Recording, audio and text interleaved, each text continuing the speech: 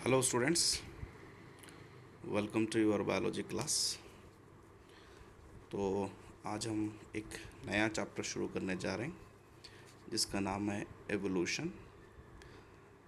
ठीक है। Evolution chapter annual exam में आपको 5 से 6 मार्क्स में पूछा जाएगा। 2 मार्क्स के 3 मार्क्स के क्वेश्चन आ सकते हैं, 1 मार्क्स में क्वेश्चन आ सकता है और 5 मार्क्स में भी इस चैप्टर में से क्वेश्चंस आ सकते हैं। ठीक है। तो बच्चों, एवोल्यूशन चैप्टर एक बहुत ही इम्पॉर्टेंट इंटरेस्टिंग चैप्टर है।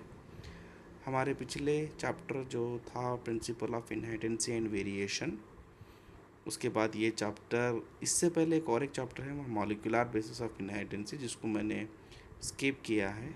ये पढ़ा के हम फिर दोबारा उसको पढ़ेंगे। ठीक है। तो बच्चों, जो चैप्टर का नाम है एवोल्यूशन, यहाँ आप देखे होंगे एटमॉस्फेयर में, हमारे ग्लोब में, हमारे अर्थ पर, इस भूमि पर varieties of the living organism है।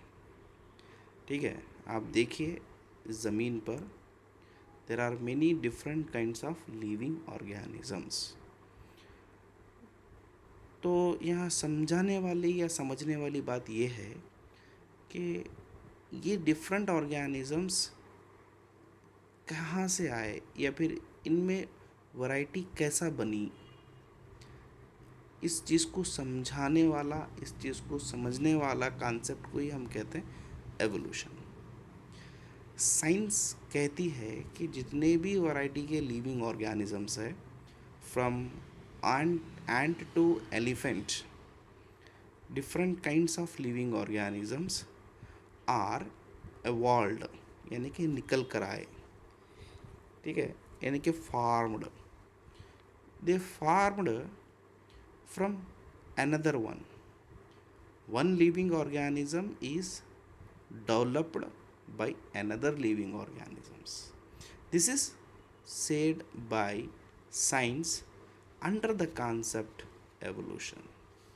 तो एवोल्यूशन हमें इस बारे में समझाता है कि कैसा, किस तरीके से एक ऑर्गेनिज्म के ग्रुप में से दूसरा ऑर्गेनिज्म का ग्रुप निकल कर आया, उसी को कहते हैं हम एवोल्यूशन।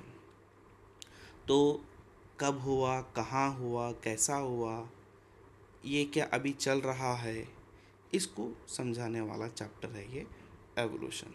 ठीक है। तो चलिए इसके डेफिनेशन पर नज़र डालते हैं। Evolution is an orderly change from one form to another.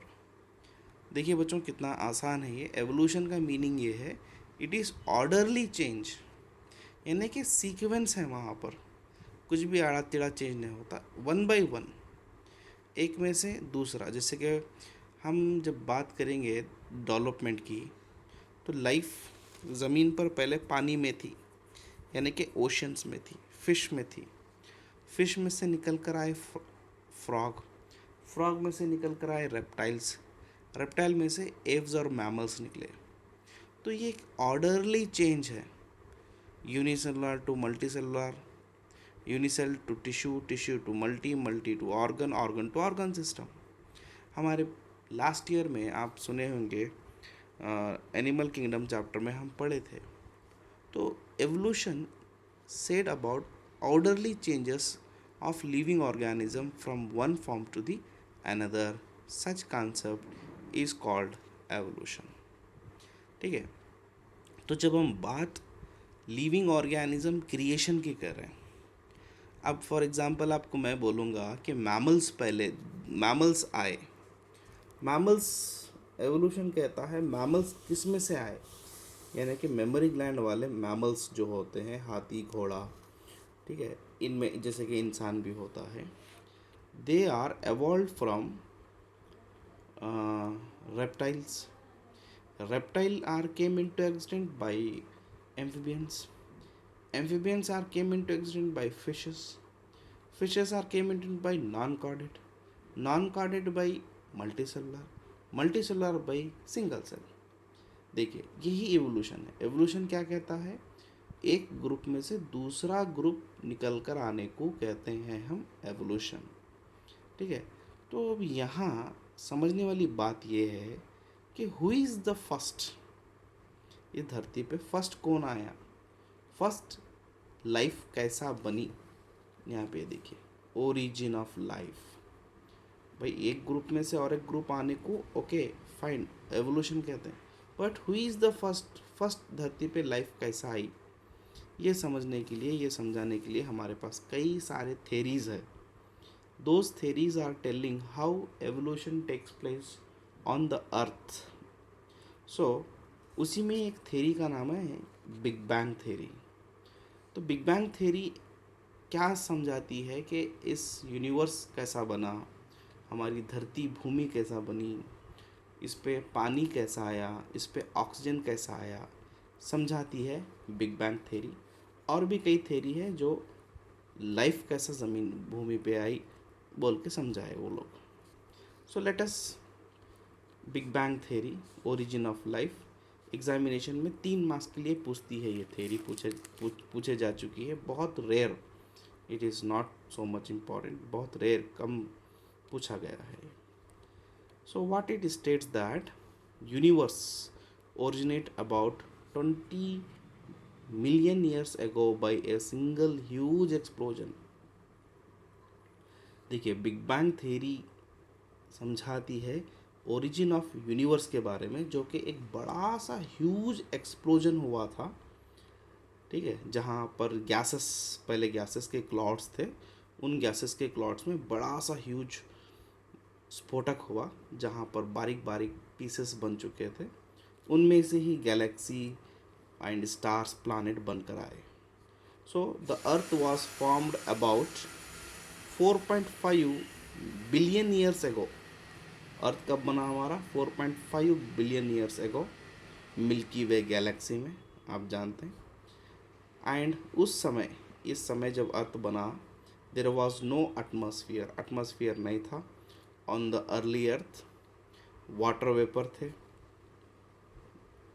CH4 यानी कि methane, carbon dioxide, ammonia release from molten mass covered the surface, यानी कि उसी सरफेस पे से, धरती के सरफेस पे से ही ये गैसेस फॉर्म में एटमॉस्फेयर में घूमते रहते थे।